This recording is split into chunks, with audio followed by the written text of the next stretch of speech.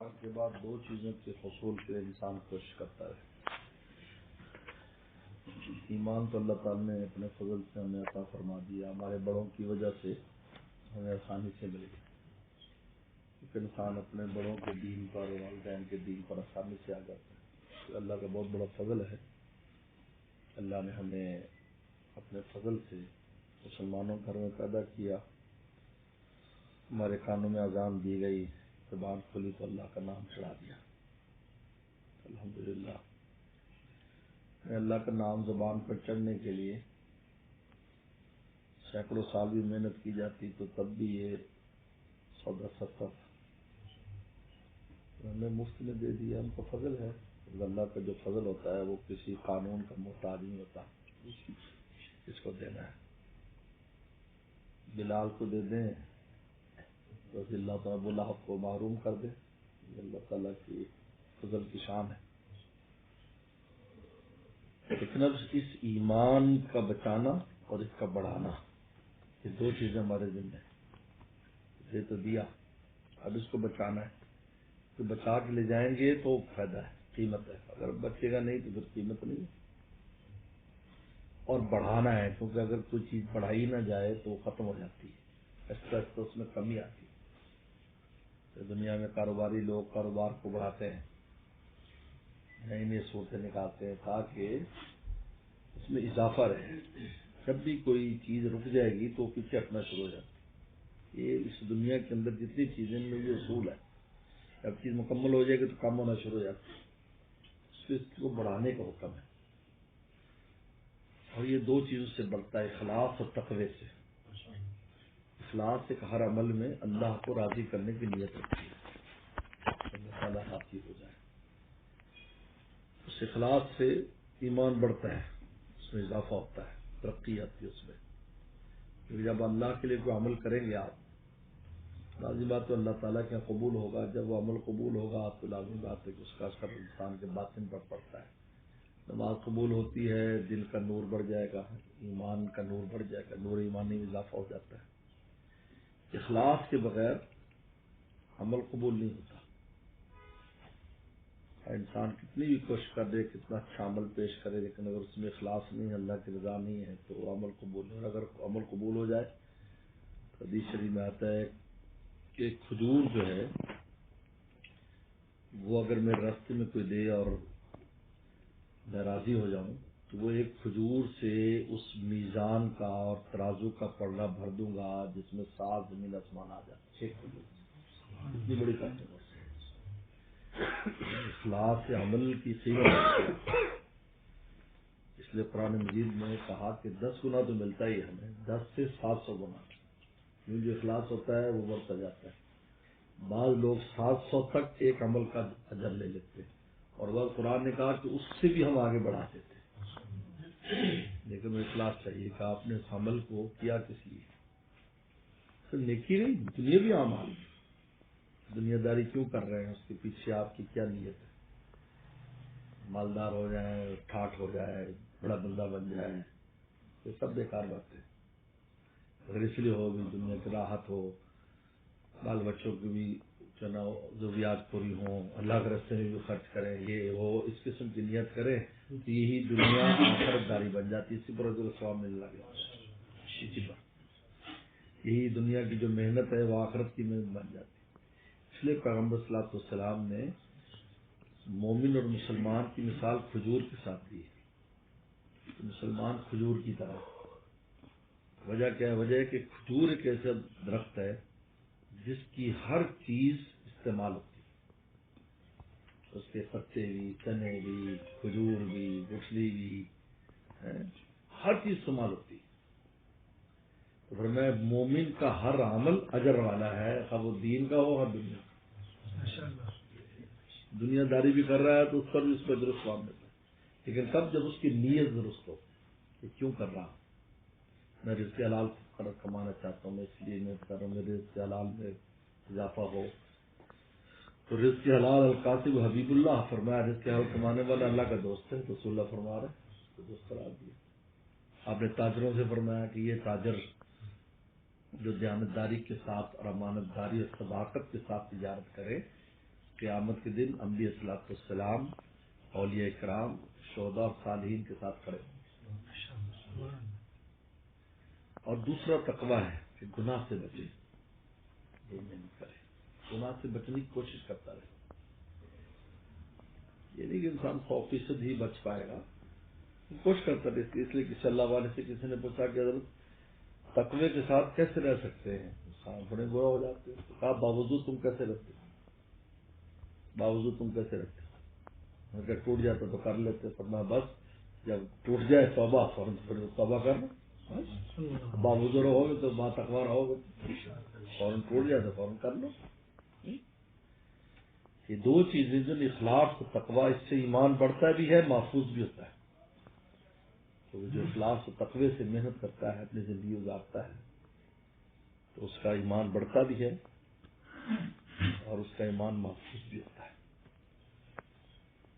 اور یہ دو چیزیں انسان کو ایک تو غور و فکر سے ملتی ہے، ہر کام سے پہلے سوچے میں کیوں کر رہا ہوں، اپنی نیت درست کرے۔ اور گناہ سے بچنے کا طریقہ یہ ہے کہ زندگی اور اس کو چھوڑ نہ دے، بلکہ بریک لگا کے چلے، بچنے کی کوشش کرتا ہے۔ اس کوشش پر بھی اللہ تعالیٰ کو بندے پر رحم آتا ہے اور اللہ تعالیٰ خوش ہوتا ہے کہ کوشش تو کر رہا ہے نا۔ ایک آدمی کوشش نہ کرے، جی ماحول خراب ہے، جی بہت خراب ہے، کیا کرے جی، بس جی ایسے ہی چلے جاؤ جی، اللہ تعالیٰ کی چیز پسند نہیں۔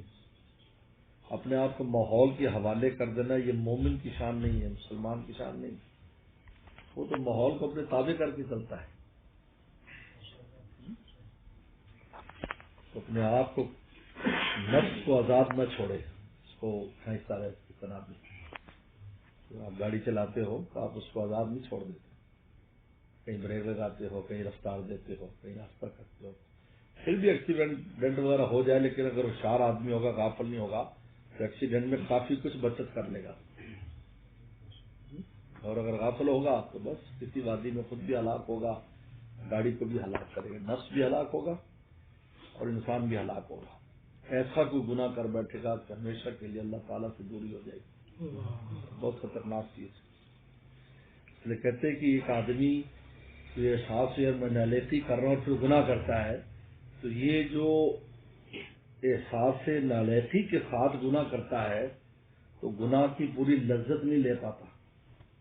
جب پوری لذت نہیں لے پاتا تو اس کو فوراً توفیق توبہ دے دیتے، اور ایک بالکل غفلت کے ساتھ کچھ نہیں ہے، کوئی ہمیں کون پوچھتا ہے، مزے کرو بھائی۔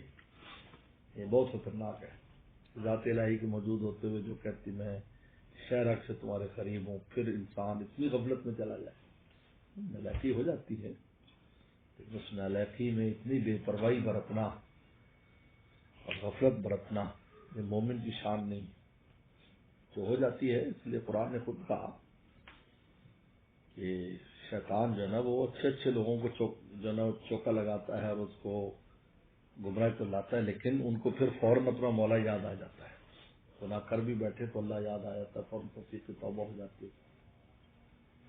تو اخلاص اور تقویٰ جو ہے، اب یہ سارے اعمال اس میں ایڈ ہو جائیں گے۔ اب آپ نماز پڑھ رہے ہیں، اب نماز میں آپ کو اس بات کا خیال کر رہا ہوں میں اللہ کے لیے پڑھ رہا ہوں، جتنی اونچے درجے کی اخلاص اتنے درجے کی نماز کا نتیجہ نکلے گا، اتنا حج عمرے کا ہر نیکی کا نتیجہ اخلاص پر نکلے گا اور تقوی پر نکلے گا۔ اس لیے قرآن نے کہ انما یتقبل اللہ من المتقین، اللہ متقی سے قبول فرماتے ہیں۔ اور یہ حابیل اور قابیل کے جھگڑے میں ہوا۔ اب حابیل اور قابیل گناہ کرنا چاہ رہا ہے، حابیل بچنا چاہ رہا ہے، قابیل نے کہا تجھے قتل کر دو۔ اور انہوں نے اس زمانے میں ہوتا تھا کہ زمین پر اپنے اپنے صدقات رکھے کہ کون سچا ہے، تو قابیل نے وہ گندم وغیرہ رکھ دی، حابیل نے ایک مینڈا ذبح کر کے رکھ دیا، آگ آئی مینڈے کو جلا دیے، وہ قبول ہو گیا لیکن اس کی قبول نہیں گندم، تو اس پر انہوں نے کہا، حابیل علیہ السلام نے کہا، پھر آگے کرسی پر آئے وکیل صاحب اٹھا لو اس کو۔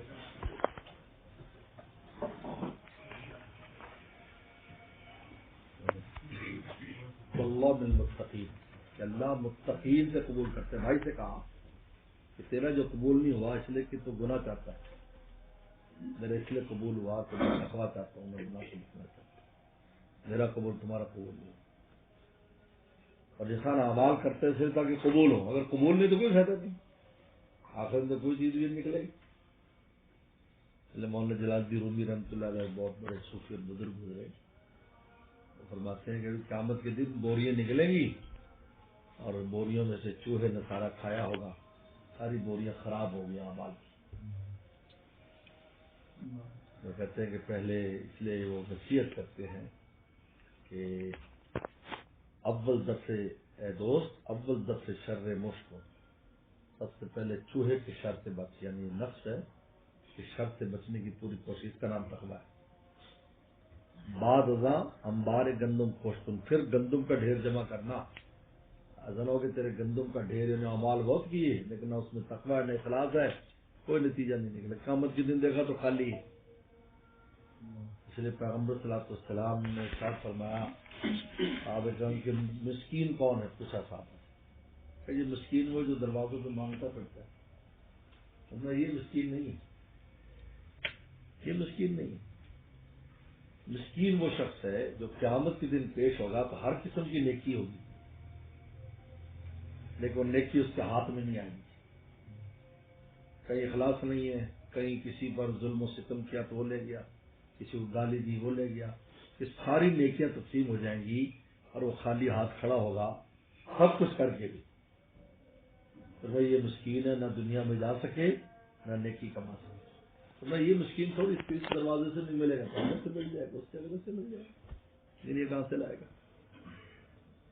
اس لیے اللہ والے فرماتے ہیں دو چیزوں پر انسان ہمہ وقت کوشش کرے، اخلاص اور تقوی میں کوشش کرتا ہے، باقی اعمال پھر اعمال نتیجہ نکالیں گے، نماز اپنا نتیجہ دے گی، روزہ نتیجہ دے گا، حج عمرہ نتیجہ دے گا، صدقہ خیرات اپنا نتیجہ دیں گے، ہر چیز کا ایک نتیجہ رکھے اللہ تعالیٰ دنیا میں بھی اور آخرت میں بھی۔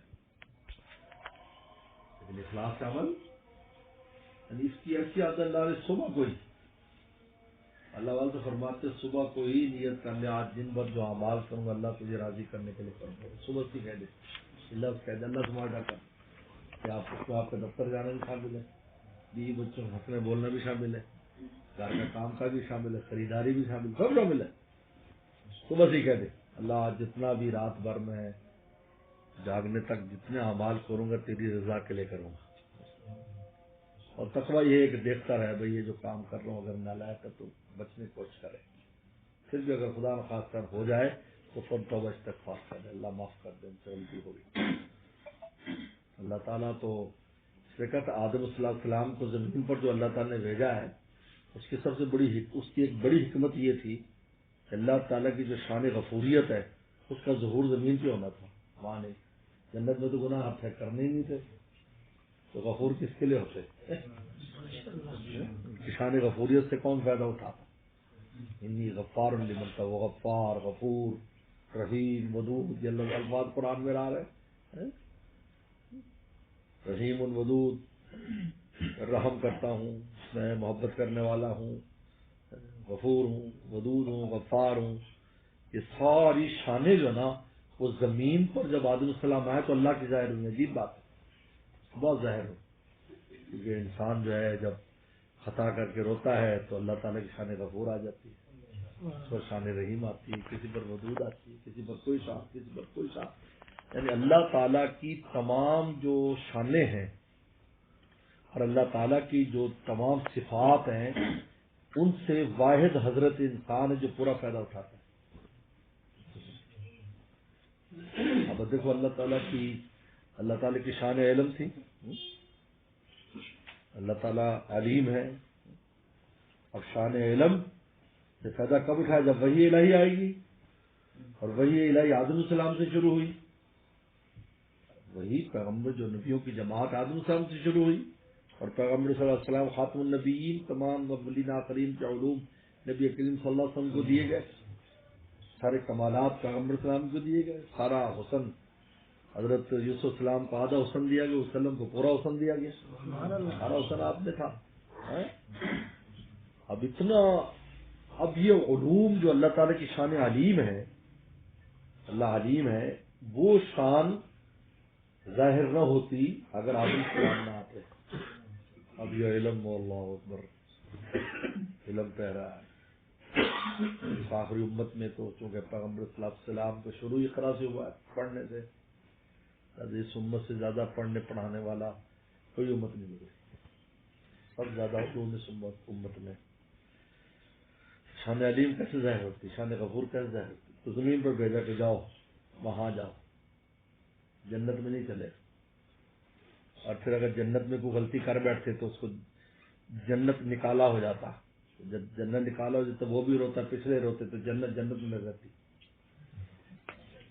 تو کسی کے بچے کو اللہ فرماتے چلو اس کو نکال دو جنت سے، تم نے شرارت کی، تو ماں باپ روتے نا، جنت میں لگ جاتی، جنت کا مزے ختم ہو جاتا. تو جنت تو ہے وہ بشتانت کہ ہزار نبش، بشت وہ ہے جہاں کسی سے کسی تکلیف نہیں، کسی رابع کسی کار نبش، کسی کو کسی سے کوئی کام، سب اپنے کام میں سب مصروف ہے، اپنی زندگی میں مزے لے رہے ہیں. اس لیے یہ دو چیزیں جو ہیں اخلاص اور تقوی، اور اس کا حصول غور و فکر سے اور صحبت سے آتا ہے. اہل اللہ کی اور نیک لوگوں کے پاس اٹھا بیٹھا کرو. تقوی والوں پر کونوا مع الصادقین قرآن کرتا ہے، سچوں کے پاس بیٹھو. وہ بیٹھنے سے تم میں اخلاص بھی آئے گا، تم میں تقوی بھی آئے گا. اللہ کے لیے کام کرنا آئے گا. اللہ کے لیے کام کیسے کرتے؟ ہم نے تو بنا پہ نماز پڑھ، اللہ تیرے لیے نماز پڑھ رہا ہوں، میں بھی کاروبار بھی تیرے لیے کر رہا ہوں، فلاں کام بھی تیرے لیے کر رہے ہیں، بچے بھی اللہ میں تیرے لیے پال رہا ہوں، تجھے راضی کرنے کے لیے پال رہا ہوں. اس لیے نیک اولاد بھی نیک اولاد مانگتے ہیں. ربی حبلی من الصالحین، اللہ نیک بچہ دے دینا مجھے. یہ کو مانگتے ہیں کہ وہ اولاد آپ کے لیے صدقہ جاری ہے. صدقات جاریہ میں پہلا نمبر نیک اولاد کا، سب سے پہلا نمبر. سلم نے فرمایا جب انسان فوت ہو جاتا ہے انقطع عنہ العمل منقطع الا عن ثلاث، 3 آدمی کا عمل منقطع نہیں ہوتا. ایک وہ رجل ثانی یدعو لہ، جو نیک اولاد چھوڑ گیا جو دعا کرتی ہے. دوسرا علم جو چھوڑ گیا، اپنے شاگرد چھوڑ گیا، علم چھوڑ گیا. اور تیسرا مسجد بنا دی، مدرسہ بنا دیا، پل بنا دیے، سڑک بنا دی، صدقہ جاریہ چھوڑ گیا. لیکن پہلا نمبر اولاد کا ہے. اب بتاؤ جو اولاد صدقہ جاریہ بنے تو اس میں اخلاص کی نیت ہونی چاہیے یا نہیں؟ بولو آپ کے صدقہ جانے بنے تو اس میں کیوں یہ نیت نہیں کہ بچے سے لے پال رہا ہوں، اللہ تو خوش ہو جائے اس لیے ان کو پالتا ہوں، یہ مخلوق میرے ذمے تو نے لگا دی ہے، ان کی تربیت میرے ذمے لگا دی، مجھے ان کا چودھری بنا دیا. روٹی ان کی آ رہی، چودھری صاحب ابا جی ہیں، پیسہ ان کی جیب میں، ہاں ان کی وجہ سے رہا ہے. یہ رزق اس لیے انسان کی اولاد بڑھتی جاتی، روٹی بڑھتی جاتی. ہاں جی، ہمارے ایک دوست تھے، ان کی بیٹیاں ہی بیٹیاں کہ جب میری بیٹی پیدا ہونے والی ہوتی ہے تو میری نوکری چھوڑ جاتی، جب بیٹی پیدا ہوتی ہے تو اس سے اوپر والی مل جاتی، کرتے کرتے کمپنی کا مالک ہو گیا.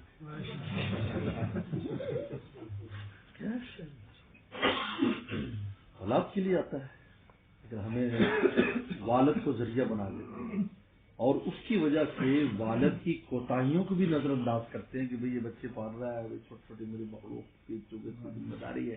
اب اس کی کمی کوتاہی پر روٹی بند نہیں کرتے، بلکہ ان کی وجہ سے روٹی دیتے رہتے. کمزور بڈھے والدین ہو گئے، بیوی بچے ہو گئے، ان کے لیے روٹی، ان کی وجہ سے روٹی دے رہے ہیں ہم کو.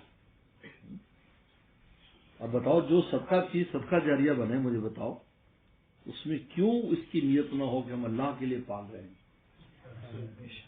بیوی سے محبت کر رہا، اللہ کے لیے محبت کر رہا ہے. حکم ہے عاشرون بالمعروف، دیکھو بھائی تھوڑی سی عقل کم رکھی ہے ہم نے، تم اچھا سلوک کرنا. میں خود بنانے والا کہہ رہا ہوں، ان کی اس پہ نہ جانا، اپنی عقل پہ ناز نہ کرنا. ہمارے جیسی ہوتی، کسی نے کہا جی وہ میرے مزاج پر نہیں، کسی نے اللہ والے سے کسی نے کہا، انہوں نے کہا تو پھر تو عورت سے شادی کیوں کی؟ وہ عورت ہے تیرے مزاج کو نہیں، تو بندہ وہ عورت ہے، تو مرد ہے عورت ہے، مزاج کیسے گا؟ بولو بھائی، ایک کامل عقل اور ایک ناقص عقل ہو، دونوں کا مزاج ایک ہو سکتا ہے؟ نہیں. اور پھر ویسے بھی ایک مزاج ہو نا، تو آپ نے مقناطیس کا ایک مزاج پر لگانا تو دفع کرتے، دوسری طرف پکڑ لیتے ہیں. جو ایک مزاج کہہ رہے وہ بالکل دفع کرے گا. تو اس کو دوسری طرف لے جاؤ، وہ کمزور والا حصہ اس کو کھینچ لے گا۔ اللہ نے مرد عورت میں ترتیب ایسے، لیکن ہمیں حکم ہے ان سے اچھا سلوک کرو۔ اور اگر ایک آدمی بیوی سے حسن سلوک کرتا ہے، محبت کرتا ہے، وہ کرتا ہے، تو اللہ کا جب حکم آیا ہوا ہے تو کیوں نہیں اس میں نیت کر سکتے کہ اللہ کے لیے کر رہے ہیں؟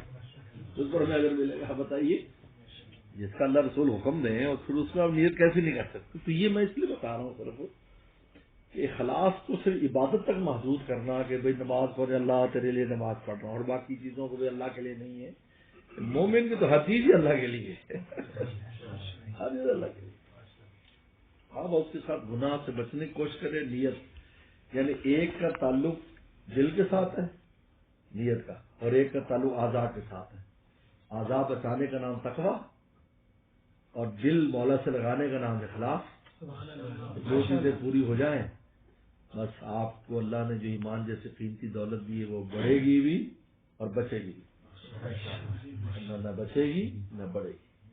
کیونکہ غیر اللہ کے لیے جب آدمی کام کرتا رہتا ہے بس اس کے دل سے ایمان کھنچتا رہتا ہے، گناہ کرتا رہتا ہے، ایمان کھنچتا رہتا ہے۔ یہ جتنے لوگ اسلام، قرآن مجید، نبی کریم صلی اللہ علیہ وسلم، صحابہ اکرام، ازواج مطہرات، ان کے خلاف بات کر رہے ہوں گے، اس میں بنیاد یہ ہوگا کہ ان کا ایمان آہستہ آہستہ گناہ کرتے کرتے نکل گیا، ان کو پتہ بھی نہیں چلا، ایسے نکل گیا۔ اب وہ اللہ پر بات کر رہے ہیں، رسول اللہ پر بات کر رہے ہیں، نعوذ باللہ من ذالک۔ مسلمان کر رہے ہیں، آئے تو مسلمان یار، لیکن مسئلہ ہی تو ان کا مسئلہ ہے بھائی، تم کیا سمجھتے ہو؟ تمہاری عقل، اپنی عقل پر کیا ناز ہے تمہیں؟ ایک اللہ والے نے کہا کہ ایک آدمی کو کہا گیا کہ بھائی رات اس کمرے میں میت رکھی ہے، رات آپ نے یہاں گزارنی، تو اس کی میت خراب نہ کرے۔ اور اس کو سخت نیند آ رہی تھی، ساتھ میں سخت نیند۔ اس نے عقل سے سوچا کہ اگر میں سو جاؤں کہ مردہ تو مجھے کچھ نہیں کہنے والے، تو مرا ہوا ہے، زندہ بھی بندہ سو رہا ہو تو تب بھی آدمی کہتا ہے یہ مجھے کیا کر لے گا، یہ بھی سو رہا ہے میں بھی سو جاتا ہوں۔ اور مردے میں تو بالکل ہی کچھ نہیں ہے، لاش ہے، لاش کا میں نے لاش شہید یعنی کچھ نہیں رہا، لیکن اس کو نیند نہیں آ رہی۔ پھر جب بچپن میں زندہ لاش کی کو کہانی پڑی تو یاد آئی، حالانکہ ویسی تھی کہانی کی جھوٹی، لیکن وہ یاد آئی کہ وہ لاش زندہ ہو گئی اور یہ مولا ہو گیا۔ اب ساری رات اس میں گزر گئی، لیکن اس کی عقل اور اس کا جو وسوسہ وہم تھا وہ غالب رہا۔ تو اللہ والے نے کہا کہ تمہاری عقل تو وسوسے کا مقابلہ نہیں کر سکتی، تو اللہ رسول کا مقابلہ کرے گی، تو مقابلہ کرے۔ تمہاری عقل تو اتنی کمزور ہے کہ وسوسہ آ جائے آدمی کو، وہم آ جائے، وہ بڑے بڑے عقل مند ٹکرا جاتے اس میں، یار ایسا کچھ ہو رہا ہے، یہ زندہ لاش کا، حالانکہ عقل کہہ رہی ہے کہ اس میں کچھ بھی نہیں ہے بھائی، پھر نہیں، پھر وسوسہ آ رہا ہے، وہم آ رہا ہے، وہم اس کی عقل پر غالب آ جاتا ہے۔ اور چاند سورج سے زیادہ چمکتا ہوا جو دین اور اسلام ہے، اللہ اس کی پیغمبر کی مقدس ذات ہے، وہ اپنے عقل سے ہم اس عقل پہ تولنا شروع کریں تو ہماری عقل کیسے تول سکتی؟ ہماری عقل میں طاقت ہی نہیں ہے اس کو تولنے کی۔ اللہ عمل کی توفیق عطا فرمائے۔ کیا حال ہے؟ مجھے پتہ آپ ادھر ہے، ماشاء اللہ آئے ہوئے